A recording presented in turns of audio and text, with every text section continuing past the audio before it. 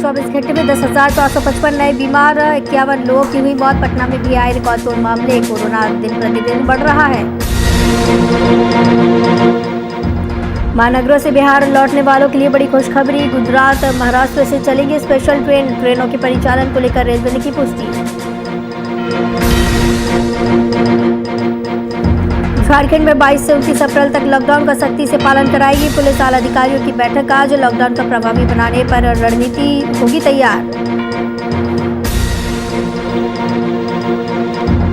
लालू को बाहर निकालने के लिए करना होगा इंतजार। कोरोना के कारण 25 अप्रैल तक अदालत से दूर है वकील। बिना बेल बॉन्ड भरे आरजेडी सुप्रीमो नहीं आ सकते बाहर। नमस्कार, वीआईपी न्यूज में आपका स्वागत है। आपके साथ मैं हूं आस्था श्रीवास्तव। देश भर में कोरोना ने हाहाकार मचा हुआ है, जिसे देखते हुए राज्य सरकारें अपनी अपनी सहूलियत के हिसाब से अपने राज्यों में लॉकडाउन, नाइट कर्फ्यू जैसे प्रतिबंध लगा रही हैं।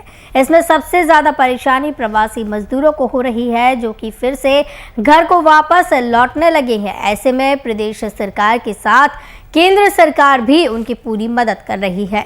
इसी कड़ी में गुजरात महाराष्ट्र से बिहार आने वालों के प्रवासियों के लिए रेलवे ने 2 स्पेशल ट्रेन चलाने का फैसला किया। आपको बता दें कि गुजरात से 2 बड़े शहरों से स्पेशल ट्रेन चलेंगी, जिनमें पहली ट्रेन आज 21 अप्रैल बुधवार को ही चलाई जाएगी, जबकि दूसरी स्पेशल ट्रेन 25 अप्रैल की रात चलाई जाएगी। दोनों स्पेशल ट्रेनों के परिचालन को लेकर पूर्व मध्य रेलवे की तरफ से पुष्टि कर दी गई है।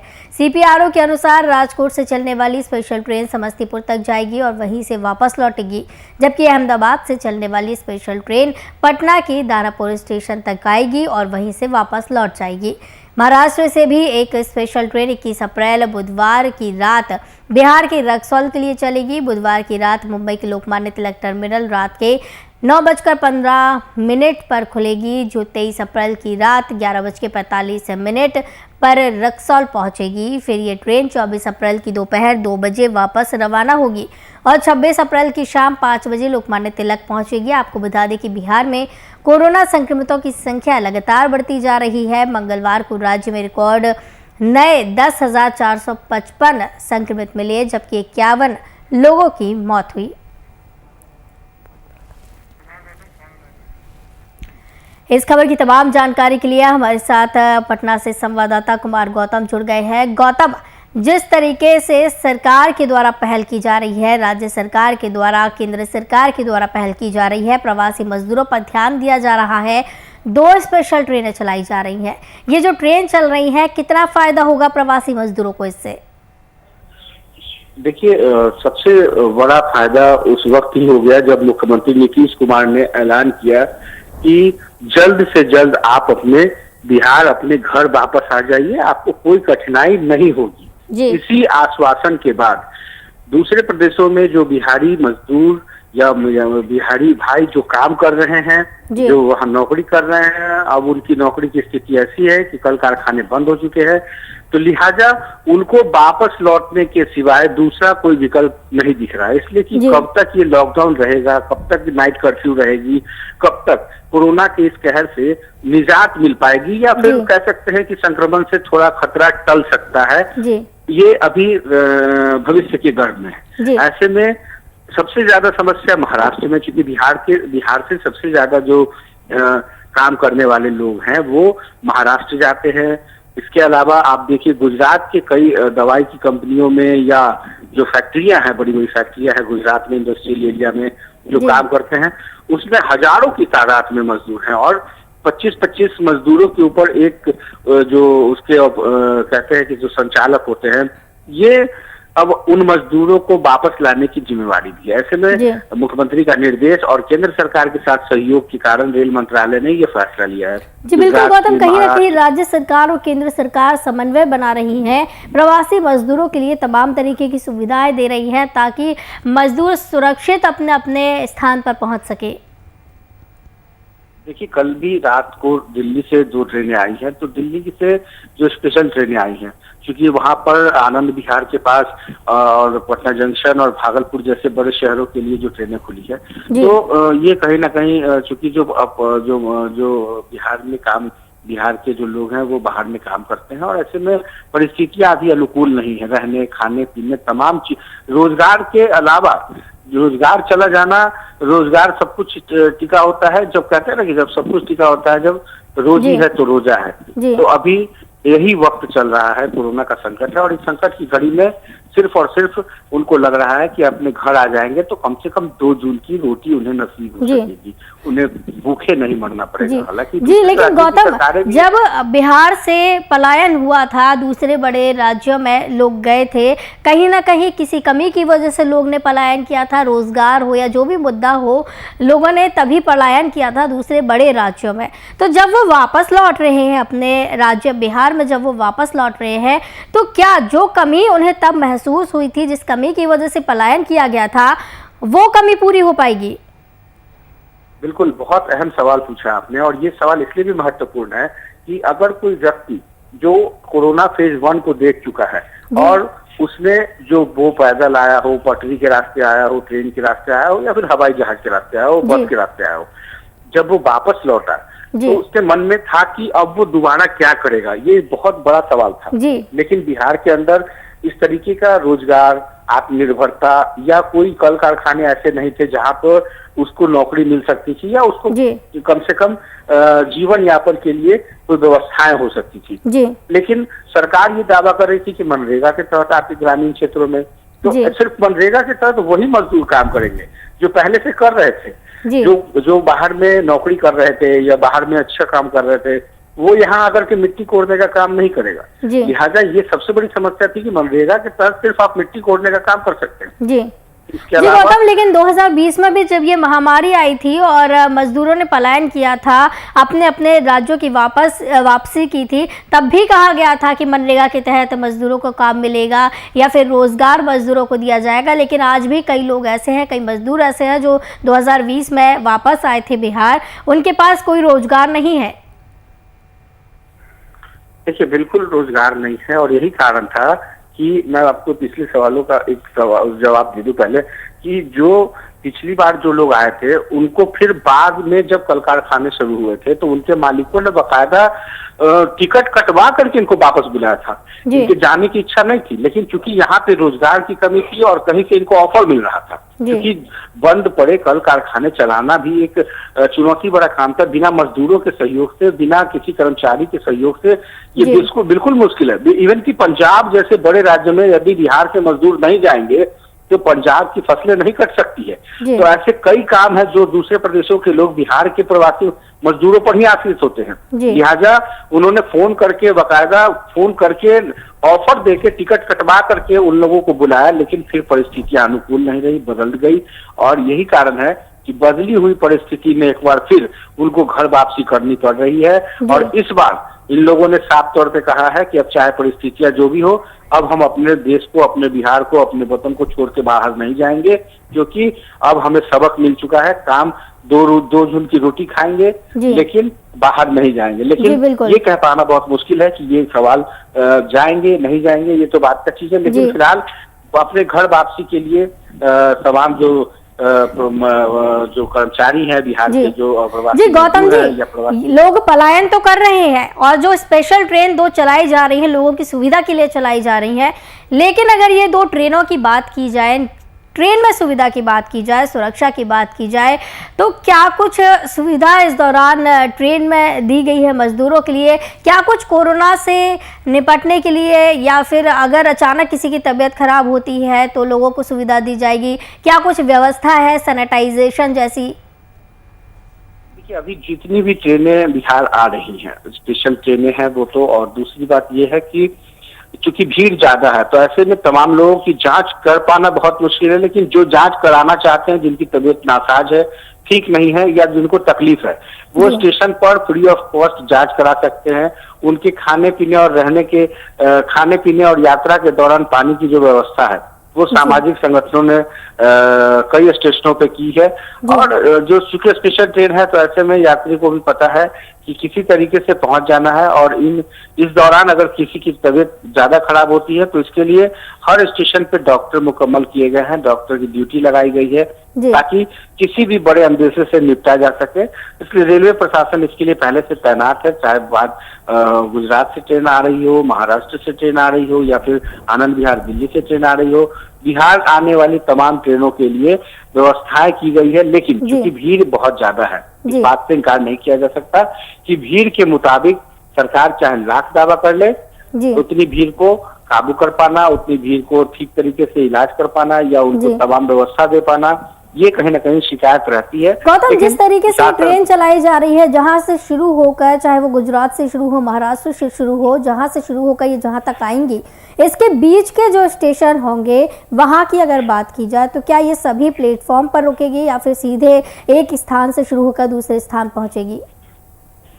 देखिए, ये बिहार एंट्री से ठीक पहले ये 1-2 स्टेशन पर रुकेगी, लेकिन चूंकि ये स्पेशल ट्रेन होगी जो एक अमुक जगह से लेकर के बिहार के राजधानी पटना पहुंचेगी या समस्तीपुर जाएगी, तो जो स्पेशल ट्रेनें हैं वो अगर इंजन की कुछ प्रक्रिया होती है, अगर उसको देखा जाए तो सिर्फ वहीं पर अपने टेक्निकल कारणों से रोकी जा सकती है, वरना ये नॉन स्टॉप ट्रेन होगी।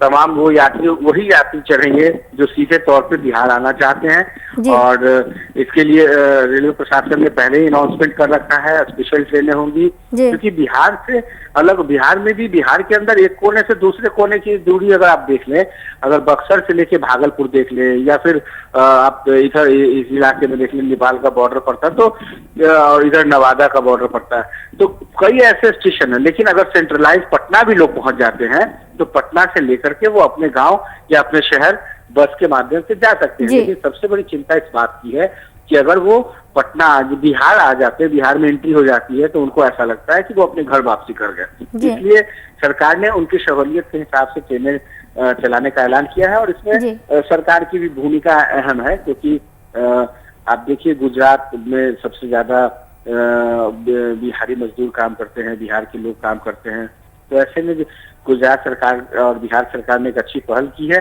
और ऐसे तमाम जो राज्य जहाँ पे अभी भी बिहारी फंसे हुए हैं उनको वापस बुलाने के लिए इस तरीके की बातचीतें चल रही हैं। बिल्कुल गौतम जी, बहुत सराहनीय पहल ये सरकार की तरफ से की जा रही है। मजदूरों के लिए काफ़ी अच्छी ये सुविधा दी जा रही है ताकि जो बाहर गए हुए हैं मजदूर वो वापस अपने घर वापसी कर सके। बहुत बहुत धन्यवाद कुमार गौतम, हमारे साथ जुड़े थे इस खबर की तमाम जानकारी के लिए।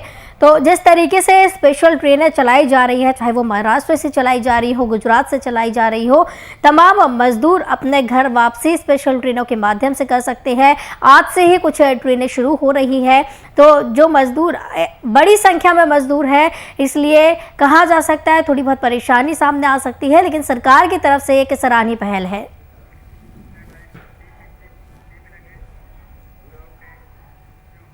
22 से 29 अप्रैल तक संपूर्ण लॉकडाउन का जिला प्रशासन सख्ती से पालन कराएगा। इसको लेकर आज कलेक्ट्रेट में डीसी उमाशंकर सिंह के नेतृत्व में जिला आपदा प्रबंध अधिकारी परिषद की बैठक होगी, जिसमें लॉकडाउन को किस तरह प्रभावी बनाया जाए इसको लेकर रणनीति तैयार की जाएगी। इस बैठक में SSP, ADL, law and order, SDM, civil surgeon समेत अन्य अधिकारी मौजूद रहेंगे। तो वहीं एसएसपी असीम विक्रांत मिंज ने कहा है कि डीसी के साथ होने वाली बैठक में चेक पोस्टों पर बल और मजिस्ट्रेट की तैनाती को लेकर चर्चा होगी। लॉकडाउन का उल्लंघन करने वालों से सख्ती से निपटा जाएगा। बेवजह सड़क पर निकलने वालों पर सख्त कार्रवाई होगी।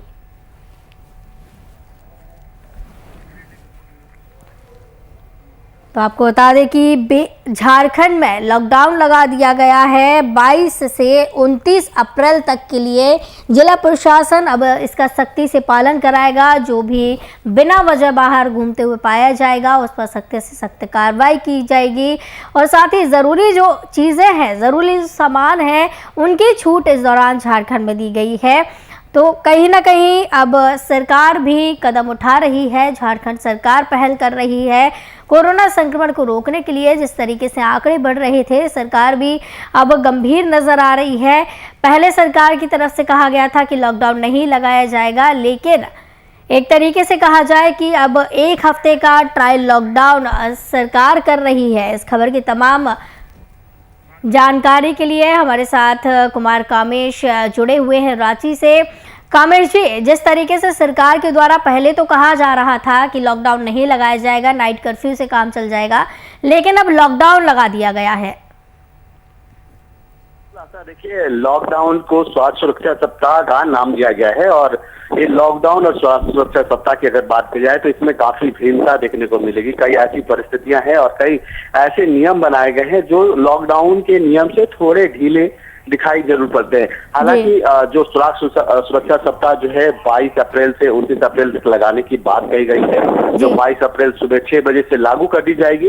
इसमें जो नियम बनाए गए हैं उस नियम को पालन करवाने के लिए जो है आज एक महत्वपूर्ण बैठक भी होने वाली है। लेकिन सबसे पहले मैं बता दूं कि जो लॉकडाउन के नाम पे जो राज्य सरकार जो है स्वास्थ्य सुरक्षा सप्ताह जो 22 से 29 अप्रैल तक लागू करने वाली है, इसमें कई ऐसी ढिलाई बरती गई है। तो ऐसे में यह औचित नहीं बनता कि अगर लॉकडाउन को स्वास्थ्य सुरक्षा सप्ताह के नाम पे उसका नाम बदल के और इसमें कई तरह की ढिलाइयां दे दी गई, तो इस लॉकडाउन या स्वास्थ्य सुरक्षा सप्ताह का कहीं ऐसा फायदा होता नहीं दिखेगा। देखिए, हम लोगों का जो आकलन है, अगर हम लोग आकलन करते हैं, हम लोग फील्ड पे रहते हैं और फिर में जो परिस्थितियां है, देखिए गाड़ियों के आवागमन पे पूरी तरह से छूट है, लेकिन दुकानदार जो जरूरी दुकान है वो खुली रहेगी, रेल सुविधाएं खुली रहेगी, जो भी जरूरी खेती से जुड़े जो भी काम होते हैं वो खुले रहेंगे। तो ऐसे में कई चीजों पे आपने छूट दे रखी है, तो सख्ती का पालन आप कैसे करवाएंगे? सबसे बड़ी बात है कि जो आम रोजमर्रा के जीवन में जो लोग आना जाना करते हैं उनके लिए ऑटो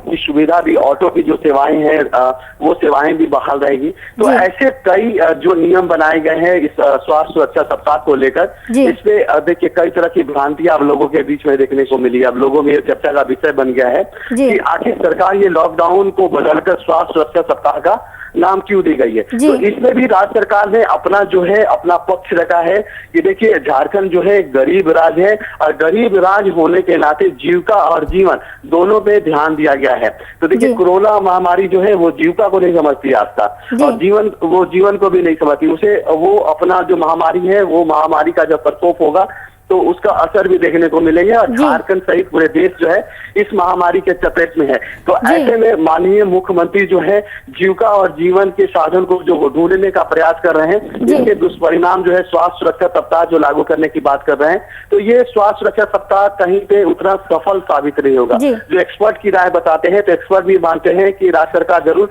22 अप्रैल से 29 अप्रैल तक जो स्वास्थ्य सुरक्षा सप्ताह के नाम पे लॉकडाउन कर रही है, इस लॉकडाउन का कहीं पे भी कुछ मतलब असरकारक जो फल जो ये परिणाम होने चाहिए वो परिणाम सामने नहीं हुए हैं। जी कामेश जी, तो एक तरीके से ऐसा लगता है कि स्वास्थ्य सुरक्षा सप्ताह जो नाम दिया गया है, लॉकडाउन जो आंशिक लॉकडाउन एक तरीके से कहा जा सकता है लगाया गया है, तो जनता को इससे ज्यादा फर्क नहीं पड़ेगा क्योंकि जनता तो पहले से ही सेल्फ लॉकडाउन की तरफ जा रही थी।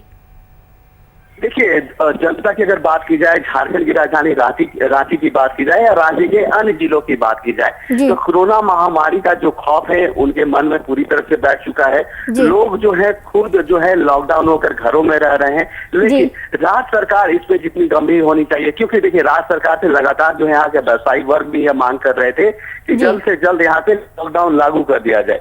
लेकिन लॉकडाउन लागू करने की जो नियम बनाए गए हैं वो नियम कहीं ना कहीं बहुत लचीले हैं और इस लचीले का फायदा उठा के जो है आम लोग जो है सड़क पे घूमेंगे ही। तो ऐसे में एक और जहां आम लोगों के मन में खौफ है, वहीं दूसरी तरफ देखा जाए तो सरकार जो है लॉकडाउन के नाम पे स्वास्थ्य सुरक्षा सप्ताह जो एक सप्ताह तक लागू करने की बात कही है, उसके नियम ढीले हैं। तो ये इस नियम को ढीला करना, यह तो आपने सही कहा कि इसे आंशिक लॉकडाउन का रूप माना जाना चाहिए, क्योंकि ये आंशिक रूप से ही लॉकडाउन माने हैं। क्योंकि रेस्टोरेंट खुले रहेंगे, होटल खुले रहेंगे, आप वहां से डिलीवरी या पार्सल मंगवा सकते हैं। तो देखिए लोग वहां से डिलीवरी और पार्सल लेने जा सकते हैं। तो देखिए इस तरह से लोग जो है कई तरह के बहाने बनाकर सड़कों पे उतर सकते हैं। तो ऐसे में राज्य सरकार को भी इन सारे जो अभी जो लॉकडाउन लगाने की बात है और राज्य की जो वर्तमान स्थिति है, इसको आकलन कर एक सख्त नियम लागू करने चाहिए थे।